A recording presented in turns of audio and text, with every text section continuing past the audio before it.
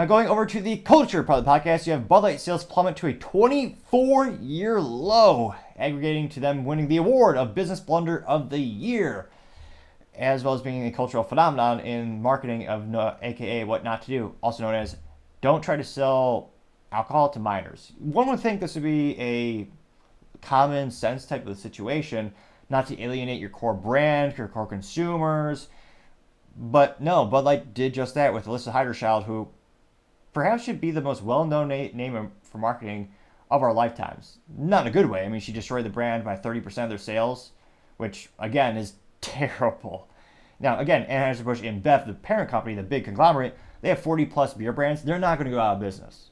I mean, that 30% drop in sales, that's for the Bud Light brand specifically. That's the biggest one that's been hit.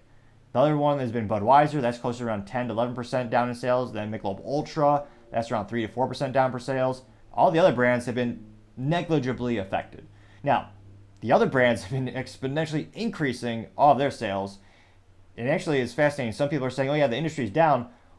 Actually, not only are the other brands gaining market share, but it's at a greater rate than the market share that Bud Light is losing, meaning the market is actually expanding a little bit. Now, this comes to us thanks to Lisa Fickenshiner over at the New York Post. And they note that, Bud Light sales look 24-year low. And they, of course, they contribute to main factor this to Dylan Mulvaney, which single variable analysis is usually a little bit precarious. It's a little bit tricky because most things in life, there's so many variables that affect darn near everything. It can be hard to pinpoint what, if there is at all, a single variable. But, I mean, in this case, that was the one thing. And after they paid Dylan Mulvaney $185,000 for a couple pictures and a video, their stock went down, their sales went down. I mean, and the most hilarious and ironic thing was that campaign and the videos by Dylan Mulvaney were all posted April 1st. So perhaps this is just the biggest fiscal joke of the year as well. But in this case, it's fair to say that was the single biggest thing. Now, you did have other things I think contributed to it negatively. You also had people finding out that Bud Light advertises quote-unquote child-friendly drag shows, which, spoiler alert, there's no such thing, since obviously it's all very sexual by its very nature, just as you would never bring a child to a strip club. There's a time and place. There's such things that are known as not child appropriate. Those two things, obviously, well, one would not think we'd have to clarify, but we do have to clarify, obviously not. So I think those are the two biggest things that led to the Bud Light boycott. It wasn't just Dylan Mulvaney. That was the largest contributing factor, but that led people to start investigating the brand more and more and start to find out, oh dear God, what are they sponsoring? Why is that mostly naked person gyrating in front of a child? And why is that Bud Light logo right there? Well, anyone with a modicum of intelligence as well as a soul would say, oh yeah, that's not appropriate at all. So I think it was twofold. But Dylan Mulvaney was for sure the iceberg that hit the Budtanic, something to that effect. Now, diving into the article, because thankfully they do bring up some fun numbers, they note that the sales are lowest since 1999. Let's see here. They know that overall Anheuser-Busch in sales are down by 5%. Again, that's a whole product portfolio. Let me see here. Sales declined 5%. Bud Light sales specifically down between 25% and 30% since the April 1st fiasco with Dylan Mulvaney. And it's the first time also in 2 decades where Bud Light is no longer the number one brand in America. They had that crown. They used to be the king of beers. Now they're a different type of queen. But nevertheless, they were the top selling beer for 2 decades plus. And now Modelo unseated them, which in the United States, Modelo is owned by Constellation Brands. Globally, Modelo is, yes, owned by Anheuser-Busch InBev, but specifically in the United States, one of the conditions of the Securities and Exchange Commission, also known as the SEC, signing off on the acquisition of Anheuser-Busch or InBev buying Anheuser-Busch was that InBev would have to divest Modelo for the U.S. market. So that was actually a condition to allow the procurement and the merger to actually go through. Now, getting back to the article, they note that other beer brands, again, I'm hilarious enough, I am not inebriated in any way. I just have a myriad of speaking aptitudes. However, if you click the subscribe button, it may help with my enunciation, my decreasing rate of speech, and overall just improve my speaking skills. I'm not a doctor, but I'm just saying, can't hurt. And worth a shot to click the subscribe button and like the video as well because it helps with the YouTube and the Rumble algorithm.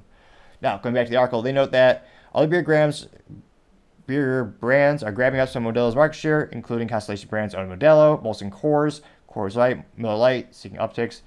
Their growth, let's see here. Dave Stillman, vice president and executive editor of the publication, said this year's particular ABEV is driving the decline of the industry. Let's see here. Anheuser-Busch owned products, including Budweiser, Michelob Ultra, and Busch, have also been hurt by boycotts, represent 35%. Wow.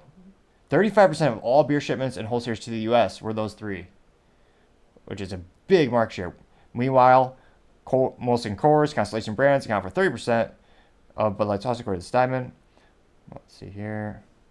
You know that Bud Light's woes show little sign of abating, despite even more marketing and hiring some old sports balls players to throw beers around bars, which I was going to say, that's not even safe to do. You're throwing beer halfway across the bar. Heaven forbid it hits someone in the head. Or even worse, what if it actually cracks open in the air and actually gets some Bud Light into their mouth? That, heaven forbid. Now, let's see here. Let's see. Looks like for the 4 weeks ending December 9th, Bud Light retail store sales were down 28% compared to the same time period a year ago, according to the Wall Street Journal, citing data from Nielsen IQ and Bump Williams Consulting. And let's see here.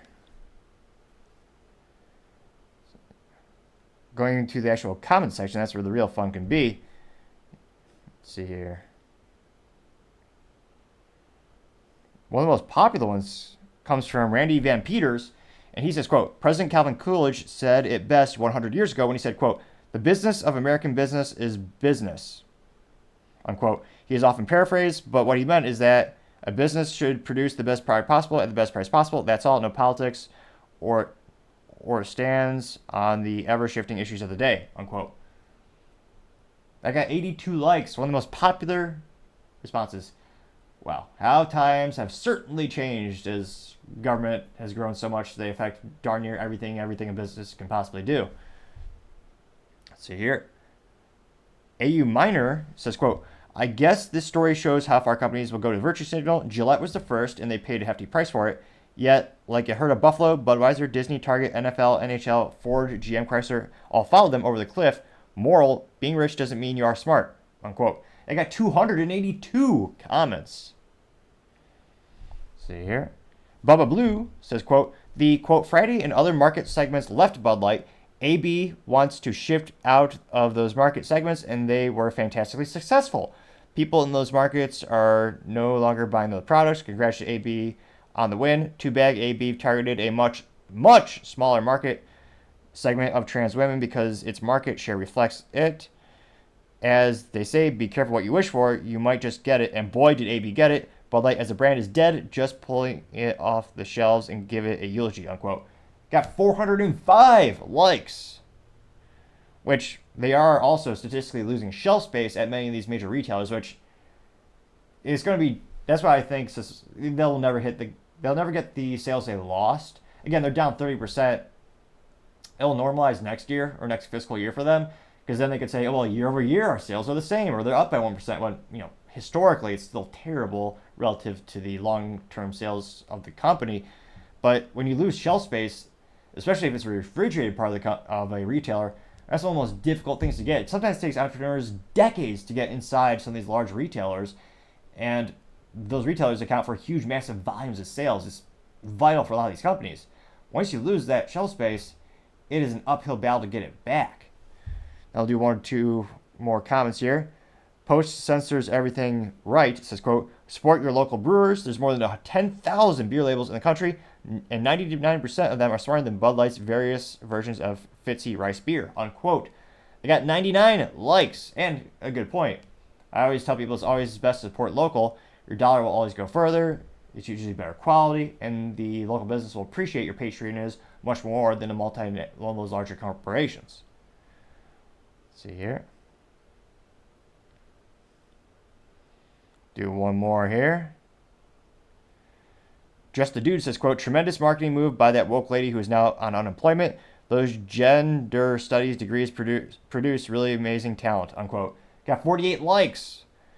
And interestingly enough, I think technically she's still on the unpaid leave of absence, which shows how pathetic the United States legal system is, where this gal destroyed the brand. Again, 30% of sales gone. And yet they're scared she might sue them because they fire her. That's ridiculous. ridiculous to say the least. And culturally speaking, I don't see this boycott letting up anytime soon. And again, even with customers shifting to different categories, I know what was it? What was those gals always drinking in the parties these days? The White Claws. I know the seltzer category exploded last year, and consumers are starting to look at that more and more. But all these other companies, I mean, you look at some of the week-over-week sales. There are some weeks where they're even greater than before. So they're actually expanding the category some weeks of the year. So let me know in the comments, do you think this trend will turn around anytime soon, or do you think next year will be better for Anheuser-Busch InBev? I mean, they're spending a lot of money on marketing. I'm not sure how really well it's working, but as I always say, time shall tell. Thank you again, everyone, for taking the time to tune in. Again, we're trying to get to 4,000 subscribers by the end of January, so if you click that button, I would greatly appreciate it. Also, leaving a comment is a great way to give me some feedback. Let me know I could be doing better and better. Also, giving a thumbs up is a great way to help with the YouTube and Rumble algorithm, so the video gets shared more often, helps the channel grow and develop. Also, don't forget to take time to tell your family, tell your friends, tell your coworkers, heck, tell your enemies, tell anyone and everyone. Just stay safe, fight the good fight.